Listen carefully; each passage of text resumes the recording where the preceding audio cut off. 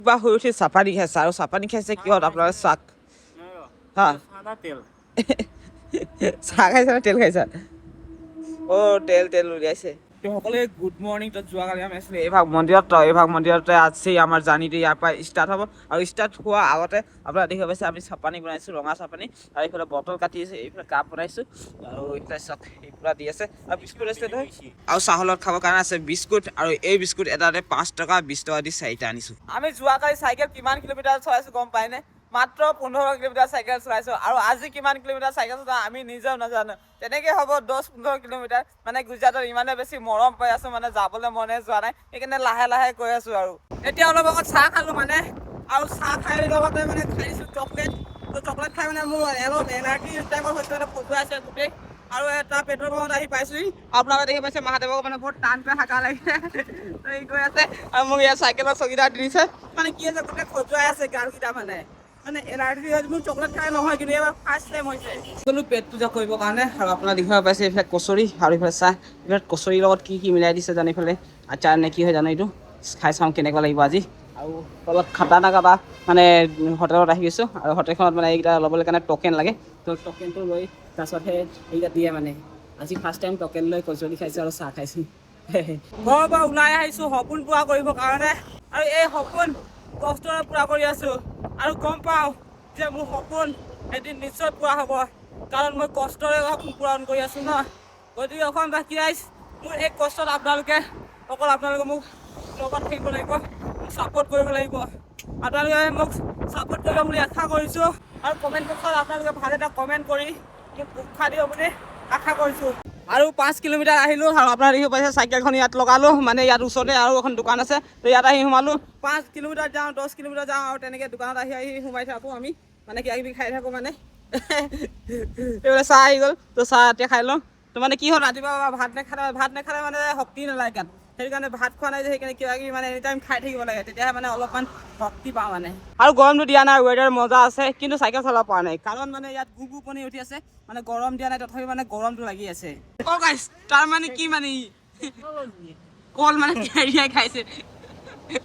বেলেগ পিছে এইটো দেই মই তিয়া খাই চাওঁ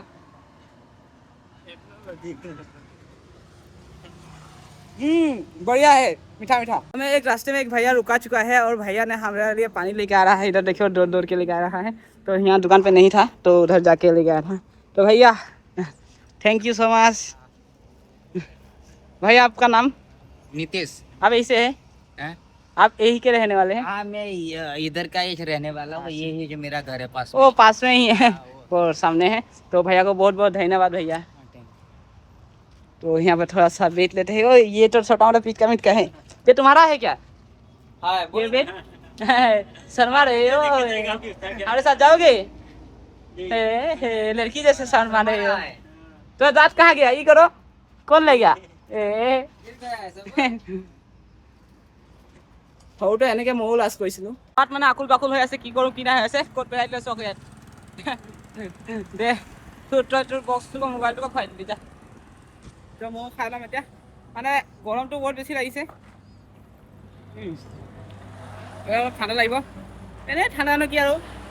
5 মিনিটৰ কাৰণে ঠাণ্ডা কিবা এটা বস্তু খাইছোঁ আৰু একেই গৰমে উঠিব খাই লাভ নাই এইকেইটা নাখাব আপোনাৰ বৰ্ডত দেখি পাইছে এইফালে বাদৌৰা 81 কিলোমিটাৰ আহমেদাবাদ আছে 129 কিলোমিটাৰ আমাৰ টাৰ্গেট হৈছে এতিয়া আহমেদাবাদ তো 129 কিলোমিটাৰ আছে এতিয়া মানে তালৈ গৈ আছোঁ তো আজিতো গৈ নাপাওঁ কাইলৈ পাম নে নাপাওঁ সেইটোও নাজানো কাৰণ কিয় আমি ইমান শ্ল'কৈ গৈ আছোঁ ক্লাছ মানে এতিয়া আহমেদাবাদ গৈ আছিলোঁ তো এইটো ৰাস্তা দিও যাব পাৰি এইটো ৰাস্তা দিও যাব পাৰি এইটো ৰাস্তা দিও যাব পাৰি এইটো শ্বৰ্ট হয় এইটো লং হয় আৰু এইটো লং হয় মানে হা তাৰপিছত আমি আহিলোঁ মানে এইটো ৰাস্তা দি আপোনাৰ দেখি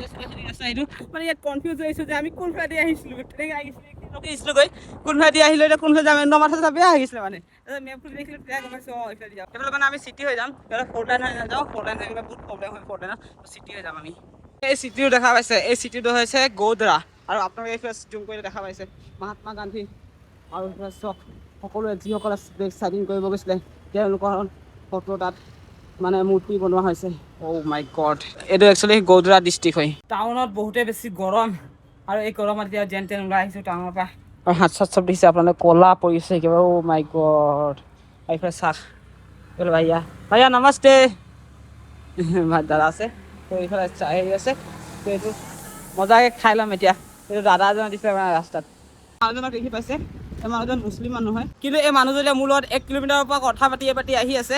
আৰু বহুতখিনি কথা পাতিলোঁ। মানুহজন কিন্তু কথা পাতি ভাল লাগিলে, বেলেগ মানুহৰ নিচিনা কথা নাপাতিলে, একদম নিজৰ মানুহৰ লিখা কথা পাতিলে।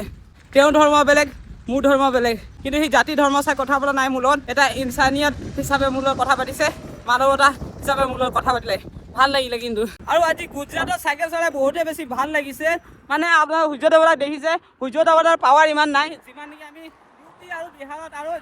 ৰাজস্থানত পাইছিলোঁ। তাত এইকেইটা 3টা ৰাজ্যত মানে এনেকুৱা গৰম যে দিনত আমি চাইকেল চলাব নোৱাৰা হৈ গৈছিলোঁ, কিন্তু আজি গুজৰাটত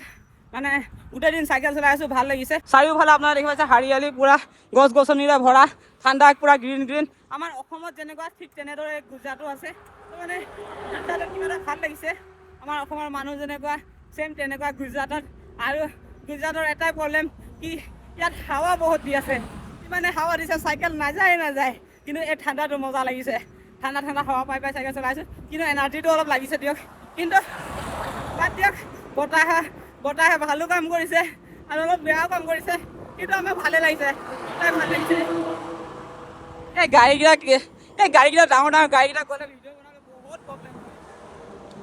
চক না।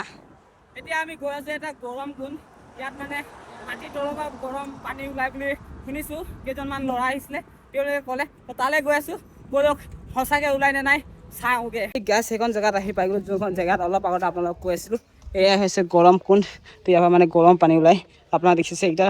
চব, এইকেইটাৰ পৰা গৰম পানী ওলাই। ইয়াতে যদি ক'ৰবাত ওচৰতে টিউবেল এখন লগাই দিয়ে আৰু সেই টিউবেলখনৰ পৰাই ঠাণ্ডা পানী ওলাব, বাট ইয়াৰ পৰা গৰম পানী ওলাই। কি আচৰিত কথা হয় নাহে? আৰু ইয়াত আপোনাৰ যিমানখিনি কুণ্ড দেখা পাইছে, ইয়াত 108টা আছে। আৰু ইয়াতে ৰাম আৰু লক্ষ্মণে আহি বসবাস কৰিছে আৰু ইয়াতে স্নান কৰিছিল। আৰু এই ঠাইখন গুজৰাটৰ থোৱা নামৰ গাঁও এখনত উপস্থিত আছে। ৰাইডাৰ বাবু ভৈয়া ৰুক যাওক। তো গাইছ আজি আমাৰ থকা জেগাটো ইয়াতে হ'ব। তো মই এই ভাগ মন্দিৰত আহি আছোঁ, এতিয়া জানি পাই থাকিব পাম নে নাপাম, কিন্তু গুজৰাটত মনা নকৰিব, থাকিব দিব। বলক এতিয়া যাওঁ, সোমাই যাম। থকাটোতো মেইনে আছে, কিন্তু ঠাই কোনো দিব এতিয়া। অ' ভাই এক ৰাউণ্ড দে প্লিজ, एक राउंड यार प्लीज, एक राउंड यार दिला दे यार प्लीज, एक राउंड रिक्वेस्ट कर रहा हूँ यार, एक राउंड दिला दे। तो मेरे वाला ले ले लो एक राउंड प्लीज भाई, एक बार प्लीज, आई रिक्वेस्ट यू। ऐसा बोल दिया, रुक ते दिखाता हूँ।